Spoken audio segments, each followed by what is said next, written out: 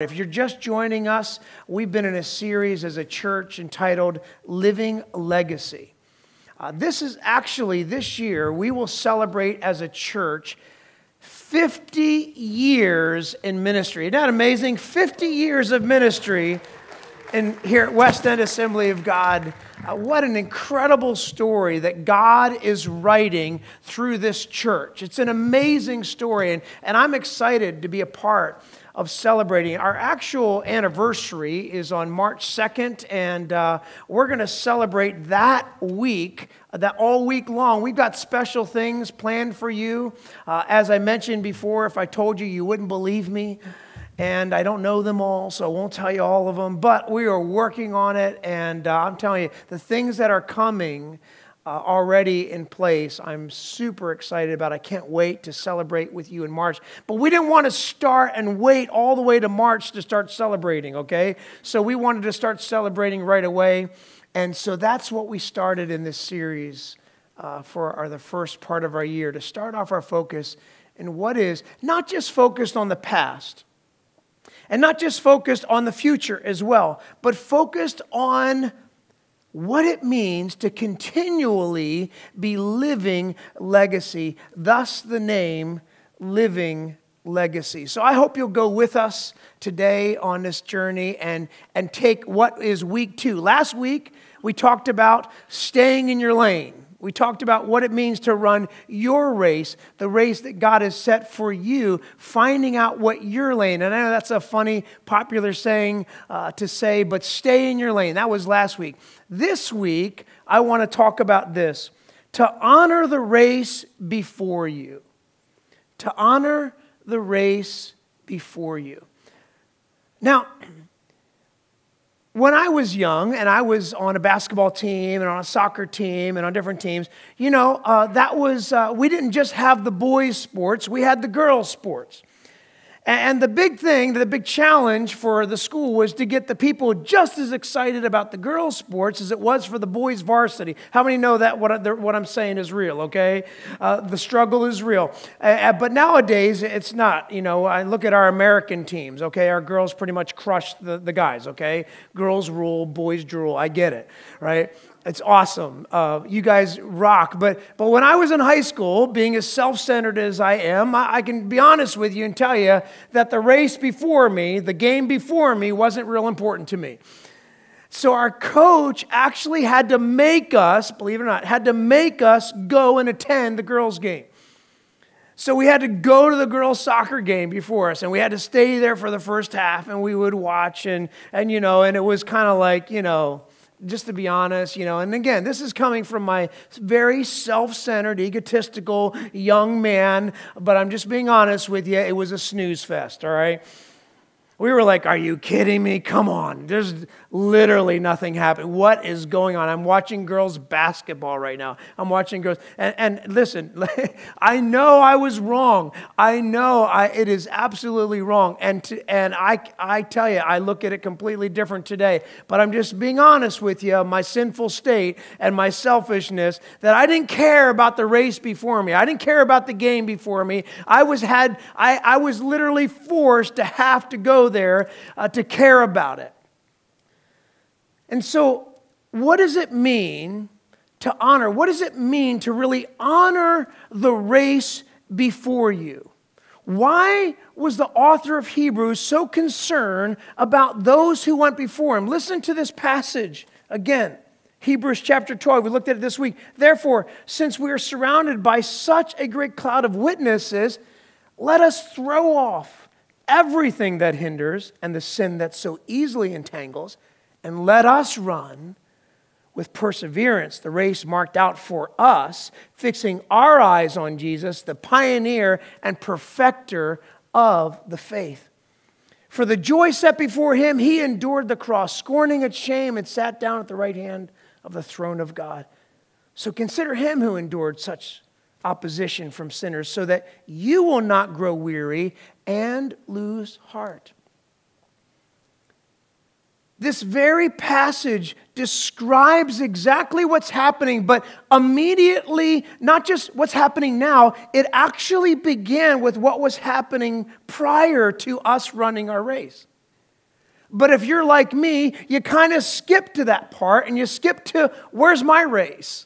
God, what do you got in front of me? Lord, that's what I'm looking for. I'm looking for some advice about how can I run my race? I'm not too concerned about the race that comes before. So how can we honor the race before us, before our race? I want to look at two things this morning. And the first one is this: give God the glory because it's His story. I'm hoping because it rhymes you might remember it, okay? But just in case, say it with me. Give God the glory because it's His story. See, I look at the very first part of this passage, Hebrews 12. This is the part we skip. Therefore, since we are surrounded by such a great cloud of witnesses. Now, I get it. It's really easy to go past because I'm focused, and he even said, Shane, he said in the passage, focus on your race. You talked about it last week. You said stay in your lane. I'm staying in my lane. That's what I'm doing. I'm focused on my race. But I'm saying therefore, the reason you can focus on your race, the whole reason that you can do that is because there was a race that went before you. In fact, the context of this passage builds from that race in Hebrews chapter 11. Look at what it says in Hebrews chapter 11. By faith, Abel brought God a better offering than Cain did. It goes all the way back to the beginning. By faith, he was commended as righteous when God spoke well of his offerings. And by faith, Abel still speaks, even though he was dead. This is long before anything ever happened. By faith, Enoch was taken from his life so that he did not experience death. He could not be found because God had taken him away. Before he was taken, he was commended as one who pleased God. And without faith, it is impossible to please God because anyone who comes to Him must believe that He exists and that He rewards those who earnestly seek Him. By faith, Noah, when warned about things not yet seen, in holy fear, built an ark to save his family. Didn't even hear of it, never even heard of it. And by faith, he commended the world and became heir of the righteousness that is in keeping with faith. By faith, Abraham, when called to go to a place he would later receive as his inheritance, obeyed and went, even though he did not know where he was going. So we could even say, by faith, the race that went before us, right here at West End Assembly of God, by faith, a pastor by the name of Dr. Bob Roden received the call from 12 people right here in Richmond, Virginia. And he answered that call. By faith, he came and he and Joan came and started this little church together. And by faith, John Hirschman was invited, even though he was his brother-in-law. Okay, that takes some faith, right? Okay. By faith, John and Helen answered the call. And instead of going on and pursuing his studies to be a PhD and he, as from Princeton and on that the teaching and the path that he was on, by faith he moved to Richmond and joined now what is a growing congregation. By faith, Bill and Linda Martin came together and joined now what was an established congregation and began to meet the needs and put his gifts out on the table and became this amazing teacher that all of us loved and now go forward. By faith, Bob Laughlin received the call to come and bring now what was a growing church, the creative arts, and reclaim the arts for Christ in Richmond, Virginia. And now on every Richmonder's mind at Christmas time is, how are they going to get a ticket to Glorious Christmas Nights? See, in our culture, we hear the stories that go before us about the people. Because in our culture, we live in, really honestly, a culture that puts heroes on pedestals, don't they? In fact, we always need somebody to follow. Who's the latest celebrity? How can I follow them? How can I check out what they're saying? We don't even care. Do you know, if you're a celebrity, you can publish a book, and it doesn't matter if you know what you're talking about, people will buy it. Did you know that? Because we need celebrities to follow. Do you know that if I start wearing something, no one cares? I don't know if you knew that or not, but if I'm wearing it on the live stream, nobody goes, wow, did you see what Shane's wearing? I mean, they might go, wow, did you see what Shane's wearing? More in a negative way, I get that. But nobody cares. But let me tell you, a professional basketball player, a professional football player, they start wearing something, everybody cares. They can even start their own shoe line, and I'll buy the shoe just because their name's on it. In fact, I'll pay hundreds of dollars if their name is on it. And if they really become famous, then I'll pay even more than that. And if they really become a legacy, then even though somebody wore them in some stinky shoe that existed, if it was an Air Jordan in a certain year, it's worth like $1,000. And if it didn't come out of the box and you kept it in the box, oh my gosh, it'll go for auction for who knows how much.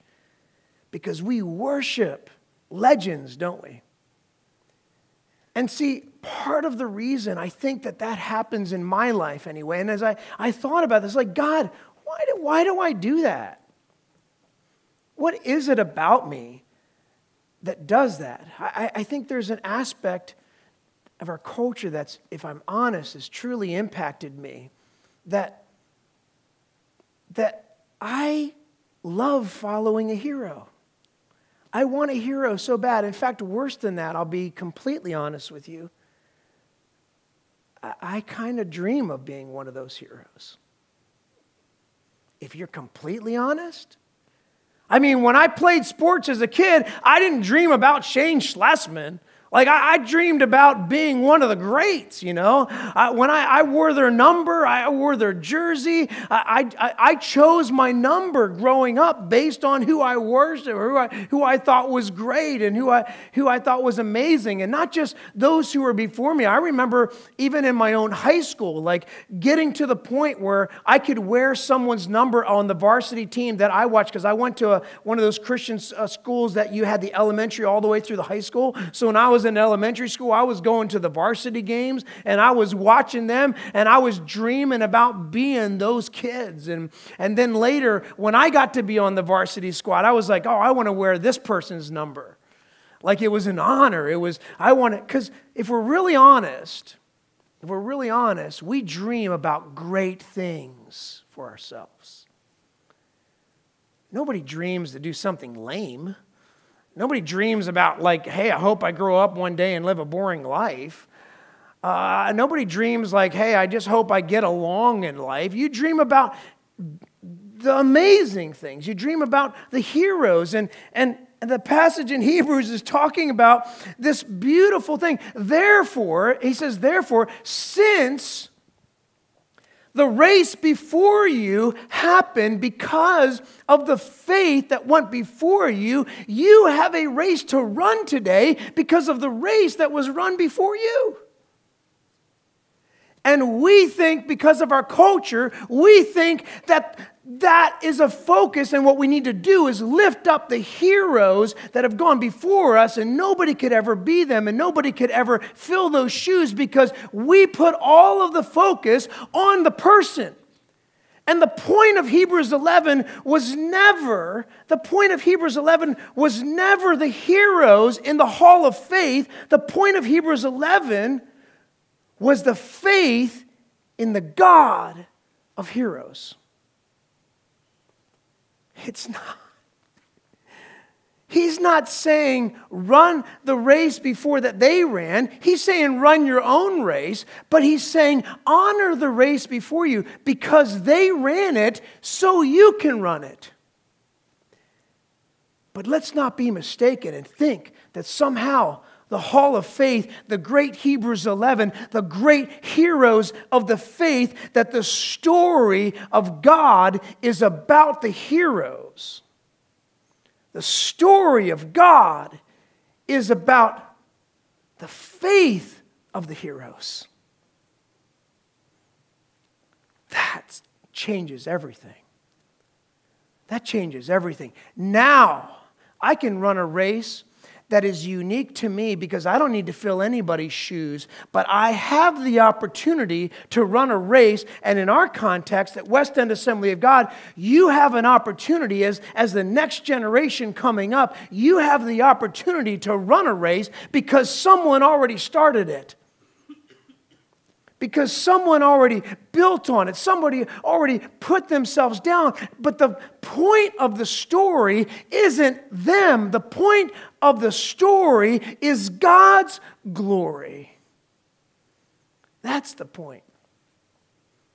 And no matter how many times those leaders point us back to God, no matter how many times those heroes say, no, it was all God, we shake our heads and go, oh, no, you were the hero. Because we want them to be the hero. We need them to be the hero. And when a hero falls, we shake our head and say, boy, that hero. They weren't a hero, they were a zero. They weren't a hero after all. Look at them. They're liars. They're hypocrites. They're people. Look at them. They said one thing and did another. You mean they were human?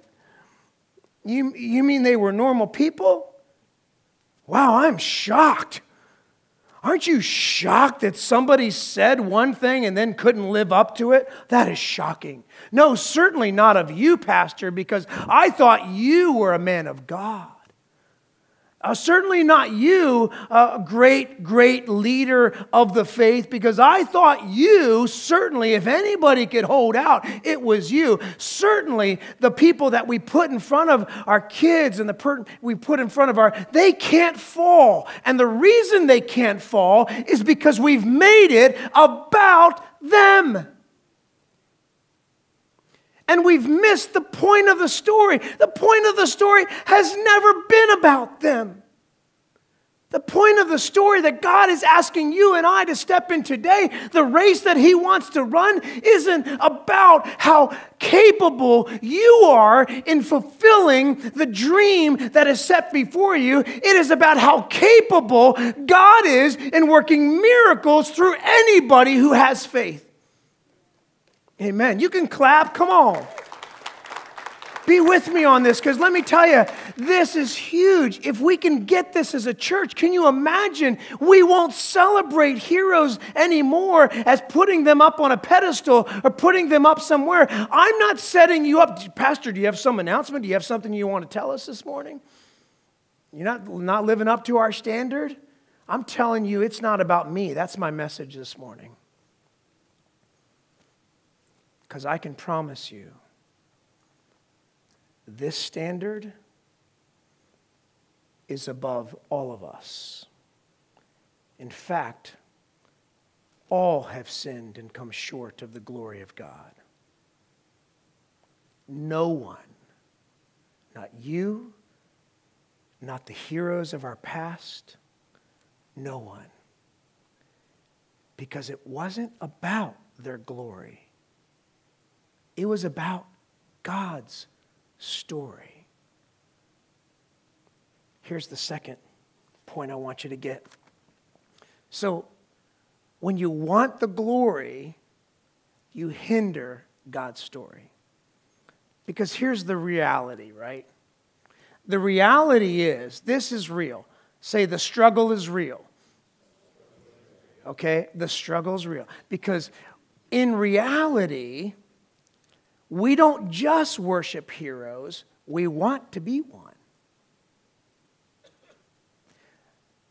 And this is what hinders the story of God being told over and over and over again. That was the point of Hebrews chapter 11, that he would say, let me tell you the story of God. He wasn't telling you the story of Abraham. He was telling you the story of God, who took Abraham and a wife who was barren, and He multiplied his offspring more numerous than the stars in the sky, because God can multiply anything that He touches if you'll just have faith.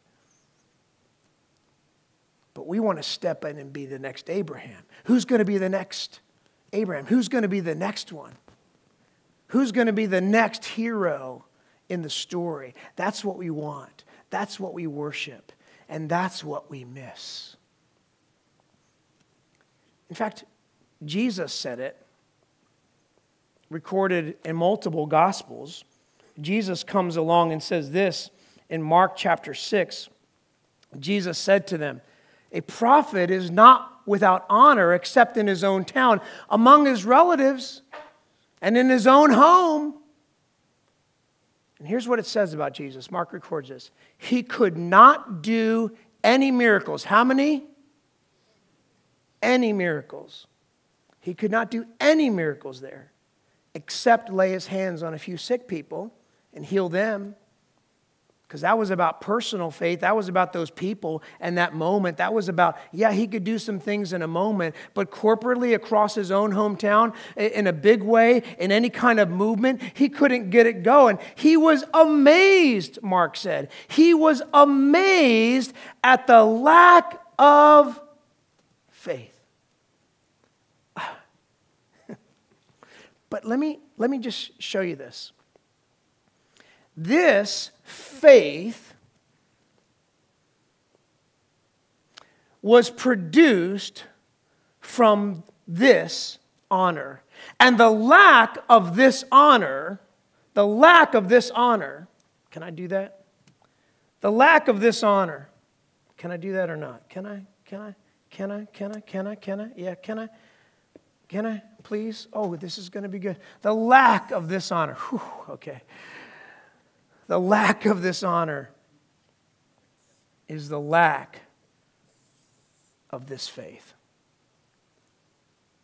And so this is our story. And I know we don't want to admit it. But it's true. This is our story. When you say, how does this line up, Pastor? How are you saying this is our story? Well, it's our story because we don't understand why we should honor people. We think that we should honor the authority over us so that we can come and kiss the ring of the authority over us. We think that honoring the authority over us is about the authority over us. We think that honoring the authority that God has placed over us is about how good they are. And the better they are, the more we honor them. The bigger the church they build, the more we honor them. Because if I were the pastor who doubled and tripled, if I were the pastor who built this church to 10,000 people in Richmond, Virginia, let me tell you, I'd be getting calls and people asking me to write books, and you guys would bring me honor, and people would show up, and I'd have more followers, and I'd have people looking at me because of something that I did, because we think that honor is about what I produce. And Jesus said, in the context of what I'm about to explain, Jesus said this pretty simply. Lack of honor, lack of faith. Lack of honor equals lack of faith. Now, remember what Jesus was doing. Jesus was amazed at their lack of faith, but then it goes on and he talks about this idea that somehow the leaders of the day were the ones who didn't put honor, and they were the ones, the religious leaders. Weren't the religious leaders always the one questioning Jesus? Why was that? I wonder if one of the reasons was the same reason why you and I would do it. If you're in charge and somebody else is showing up and everyone who you're leading is no longer listening to you and now listening to them, why wouldn't you also question them? Because it's about our leadership. It's not about the story. If they were really listening to the story, they'd be like the wise men who traveled from other countries and other parts of the world who were following, who weren't even necessarily believing in Jesus, but saw it and read it at face value and began to follow a star because they believed a prophecy if they were really listening. Did the religious leaders also know the prophecy? They knew all of them. They knew hundreds and hundreds of prophecies of Jesus, the Messiah, who would come. They knew what town he would come from. They knew where he would come from, what line he would be in. They knew that he would be in the line of David. They preached it. They taught it, but somehow they missed it. Because they thought honor was somehow a challenge to their leadership. I'm glad some young people are here with me today because I want to talk to our young leaders today. Because I want to make it really clear to you. I want to make it really clear that you don't need to honor me. You need to honor God. But let's be clear that honoring the leaders that have gone before you is not about the leaders before you. It is about God's story and hearing and understanding where you fit in the story of God coming after them. And if you learn honor, if we can get this as a church, but I'm talking to the next generation because I have hope. Because if we could learn honor, if we could learn this, maybe we could see some miracles like we've never seen before.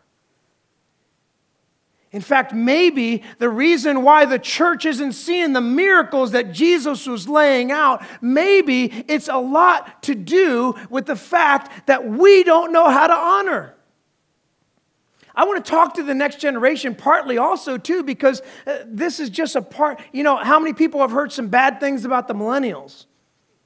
It's okay, you can raise your hand even though they're sitting here. It's all right, they know. They've heard them too, you know, okay? They understand it, all right? I get it, right, millennials? Aren't you a little tired of being talked about? Listen, you're no exception. Every single generation was talked about when they were young because the highlight reel of when you were young is usually about you and usually about mistakes and usually about how it gets presented. And let me just tell you that I'm with you in that boat. I was talked about exactly the same way as Generation X. As we were coming up after the boomers, we were saying, it's our time, right, Keith? We were saying, it's our time. This is our time. This is what we want. And so then we said, hey, you guys don't get it. And then we did worse than that. We told the leaders before us that they don't get it and they need us. Because it was about them and now it's about us. We think the new chapter is about handing off the baton to the next generation so that we can make exactly the same mistake and make it about you. And that's not what we want. In fact, it's the enemy, I believe, has made and heightened this issue to all times high like never before. And millennials, let me just say, it's not your fault. Everybody who's not a millennial right now, if you're not a millennial, I want you to say this out loud. It's not your fault. It's not your fault. Now, I know you said, Pastor, you shouldn't say that to them because you're just enabling them.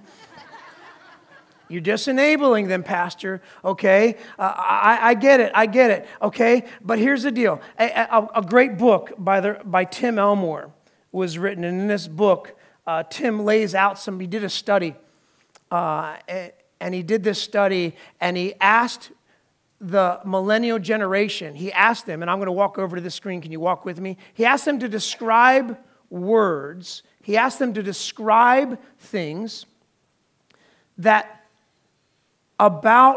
was said about them of the generation before them. And they said, the word that we're looking for starts with the letter E.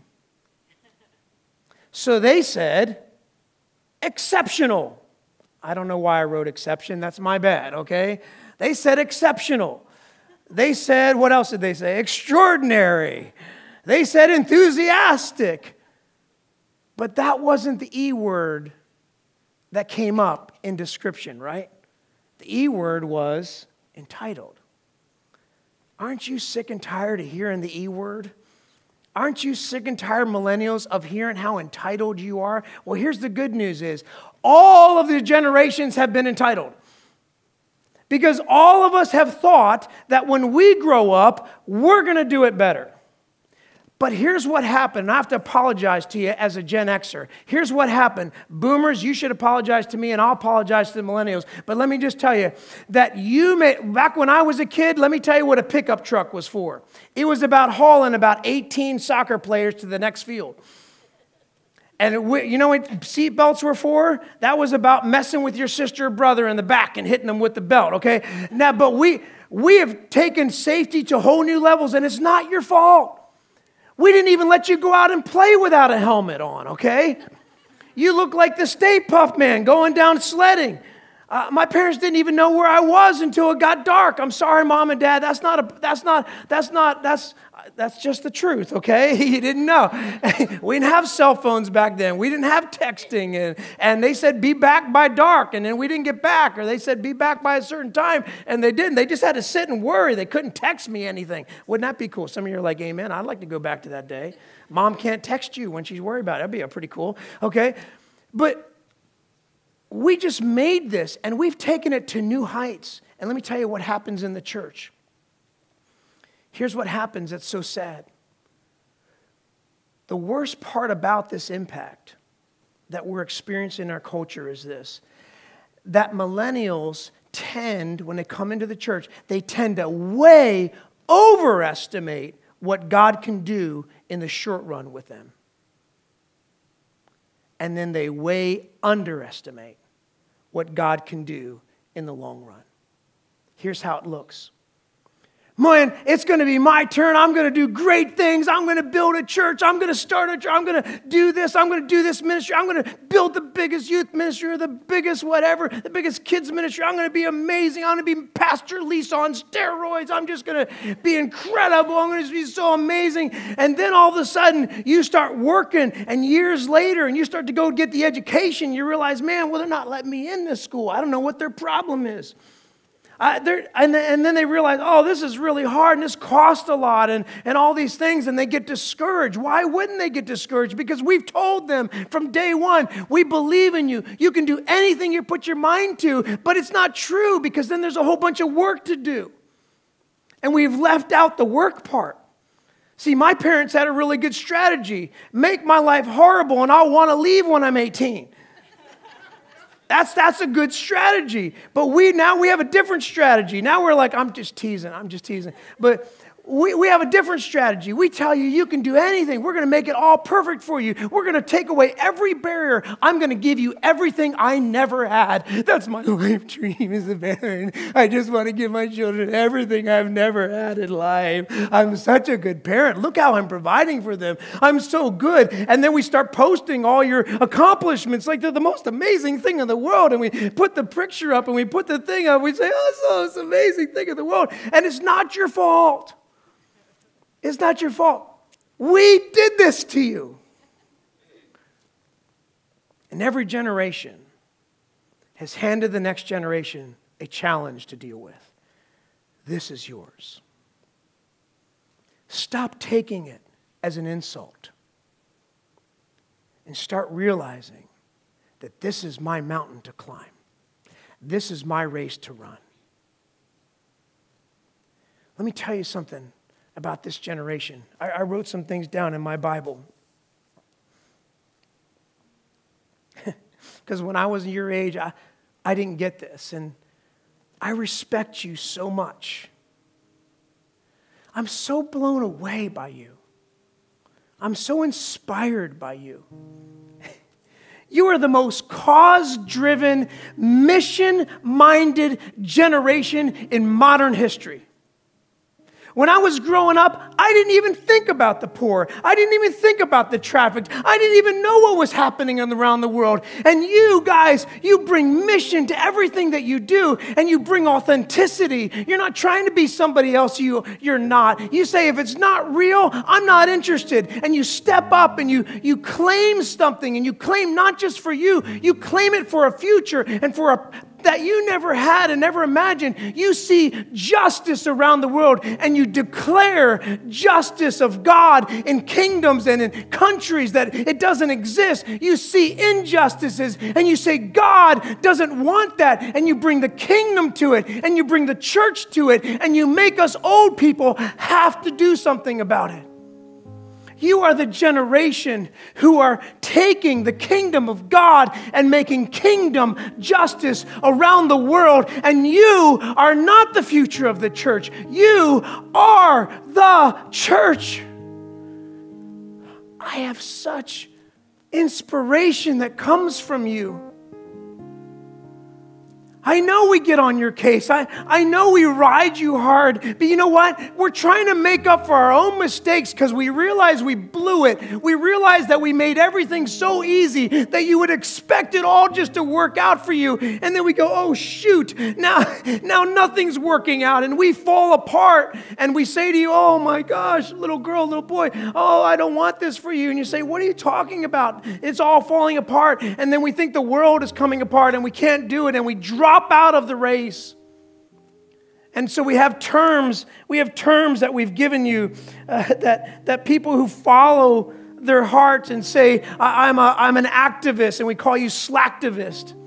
We call you a slacktivist, and the title's earned because you start a cause and then you realize how hard it is, and then you stop it and start another one. You're like, now what are you doing these? Oh, now I'm all about feeding the homeless. I'm going to solve that problem. That turned out to be really difficult, so now I'm solving this problem, and that turned out to be really hard. Apparently, you need a whole degree or something. I don't know what you got. You need a whole doctorate degree or something to be that. I don't know. I don't need that. I can't do that. I can never pay for that. I can never do that. Nobody told me any of this, so I move on to the next cause, and the next cause, and the next cause, and I just want to take on everything because I'm striving to fill a hole and striving to be a hero that I can never be because you've made it about the hero instead of the faith that the hero should have had, and not faith in you. I believe in you, but that's not even the point. The point is, I believe in God more than you. And if you don't step up, I know that God will use someone else to step up. You're not going to live this perfectly. I know you're going to fall over and over and over again, but you know what you're going to be? You're going to be a picture of the pillar of amazing grace that Jesus offers over and over and over again. And He will take beauty, He will take your ashes, and He will make them beautiful before the whole world. In my failures, in my weaknesses, I will be made strong because the faith of my story is not in me as the hero. The faith in my story as in God, who will be the one who brings the kingdom through you. That's what I celebrate. I want to be a church that launches the next generation. I don't want to wait. I don't want to wait till I'm ready to pass it off. I'm waiting for you to be ready. It doesn't matter when I'm ready. I'm ready. I'm wanting you to be ready. But here's what's needed. God said it. He said, there's no honor, there's no faith. But unless you learn to come under those and honor them, you will not get what God has for you. If you try to step out and surpass it and try to do it your own way, it will not bring the miracles to Richmond, Virginia that is needed. It might bring a big church, it might bring a big gathering, but I can tell you it won't bring a movement of the kingdom of heaven like that could be seen if you would just honor those who went before you. Not because of them, but because you bring glory and honor to God. That's what's needed for the next generation. In fact, when we give honor to God, Mark chapter 6, then Jesus went around teaching from village to village, calling the 12 to Him. He began to send them out 2 by 2 and gave them authority. The pathway to authority comes through the doorway of honor. It comes through the doorway of honoring God and those who He's placed over you. It's not about the authority that's in front of you. It's about the authority that God desires to give you. I tell you, I want to take a moment and honor those who've gone before me. Mom and Dad, it starts with you.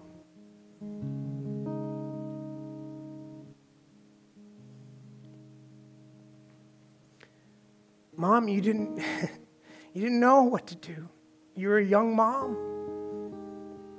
You were left alone with 2 kids who didn't have fathers.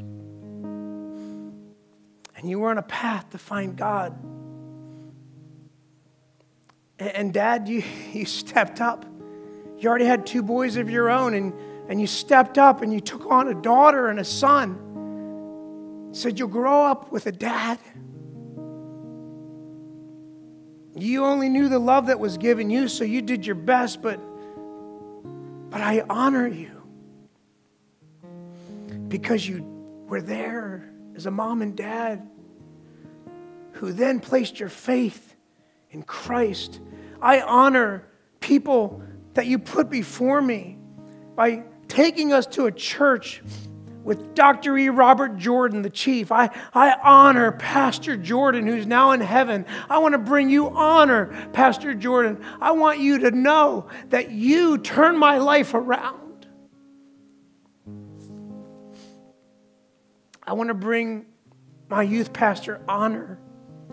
Pastor Brian Wahlberg for chasing me down. Pastor Vince Degler for chasing me down. For coming after me, making visits to my house and coming to games. And I didn't even care. I didn't invite them. I didn't want them to be there. Because if they were there, then I had to have a conversation. I didn't know what I was going to say. I didn't want to have to turn down yet another, keep rejecting the same guy over and over. It was heartbreaking. But I want to bring honor to my youth pastors who poured into me, not because they saw potential, but because they obeyed Jesus. Because some of them, to be honest with you, were thinking, I don't think anything can happen with this one. I want to bring honor to the youth leaders in my life who spent time with me, who poured into my life. And some of them aren't even serving God today, but let me tell you, they pointed me in the direction. We think that we can't honor somebody because they're not serving Him? How hypocritical of us. You can't bring honor to people who aren't serving the Lord anymore. Let me tell you, in that moment, they were serving the Lord, and they made a difference in your life. And because of that difference, it wasn't about them, it was about the difference that God can do with anyone who have faith in a moment, and He can do it in your life. I want to bring honor to the pastors at West End Assembly of God who poured into my life. Pastor Marlin, who poured into my wife, and Pastor Hirschman, who didn't even know me, but he knew of me.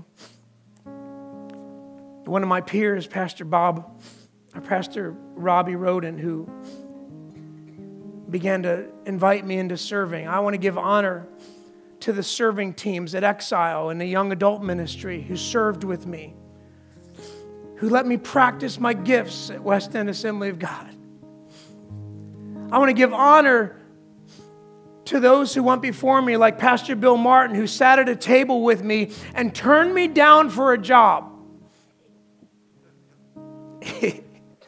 He turned me down, and then Pastor Bill sat at a table at a Starbucks in downtown Richmond at VCU, where I was currently ministering.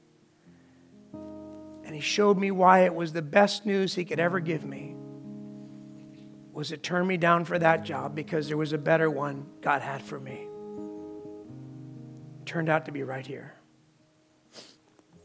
I want to give honor, not because it's about them, but because it's about the glory and the story of God.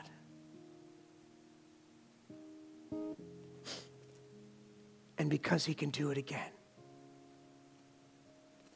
Because He's not done. And no matter who you are or what generation you're a part of right now, He wants to tell His story, not just once, not just in Hebrews 11. He wants to tell it again and again and again. He wants to proclaim the truth of the gospel through your life. And every time you fail, that is the gospel. If you'll stand up and say, I have failed, and because of the grace of God, He has forgiven me. But they won't know that unless you admit your failing in front of them and say, this is my failing. failing. This is where I've fallen. Let me tell you the grace of God. And we tell the gospel story over and over and over again. And we will build great things. Oh, no, no, no, no, no, no. God will build great things. He will do it again because we step up and not allow it to be about us and not allow it to be about one generation or another generation, but to allow it to be the generations that God calls to serve Him for His glory, and He will do it again. Do you believe that? Would you stand with us right now and make that your prayer right now?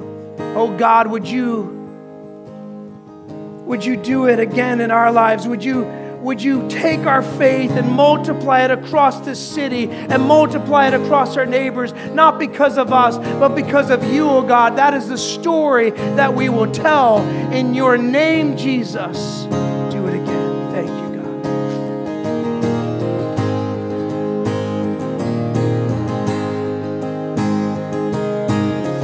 I've seen you move. You move the mountains. I believe I see you do it again. You made a way where there was no way, and I believe I see you do it again. I've seen you move the mountains, and I believe I see you do it again. You made a way where there was no way, and I believe I see you do it again. I've seen you move the mountains, and I believe I see you do it again. You made a way where there was no way, and I believe I see you do it again. Your promise still stands. Great is your faithfulness, faithfulness. You're held in your hands. This is my confidence. You never fail. Your promise still stands. Great is your faithfulness, your faithfulness. I'm still in your hands, and this is my confidence. You never failed me yet.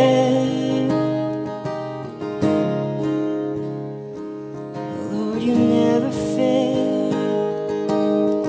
I've seen you move the mountains, and I believe I see you do it again. You made a way where there was no way, and I believe I see you do it again. I've seen you move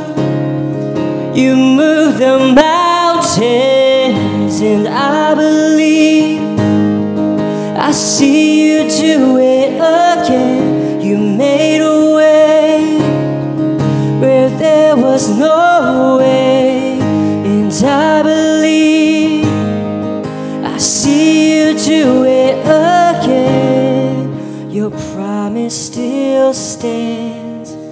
Great is your faithfulness, your faithfulness. I'm still in your hands. This is my confidence. You never failed me yet.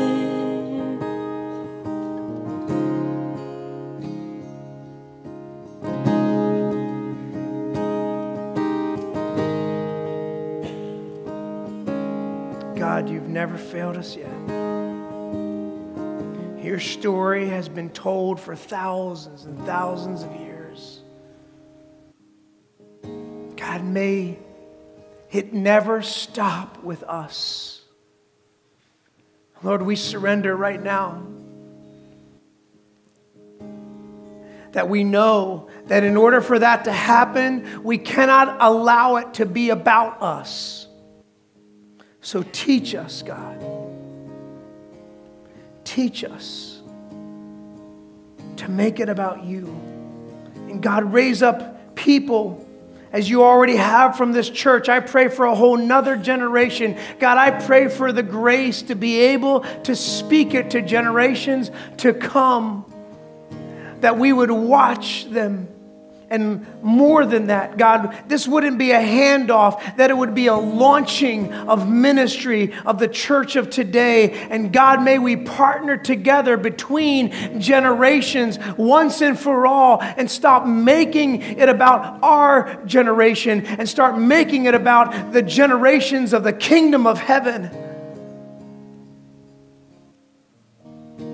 So God, I pray for all the churches in Richmond, Virginia. I pray for every denomination represented. I pray for every single denominational leader over our Commonwealth and over our Eastern Seaboard and over our country. I pray, Lord, that you would release in generations to come people who would make the glory of God be the story of my life. Let us right here do our part at West End Assembly of God to tell your story. We pray these things in Jesus' precious name. All God's people said, amen, amen. You thank God for everything He's doing. We're so glad you came out and did a flash worship with us. We're so glad for those of you who joined us online. Come on back. Pray against the snow for next Sunday, okay? Enjoy it this week. But I pray for clean roads and those things to come on back, because I want to talk to you about what it looks like for the generation that's gone before to launch a generation. I want to talk about what God believes ought to happen right here in our church and every church. And so I'm going to share some more things on my heart in week 3 of Living Legacy. God bless you.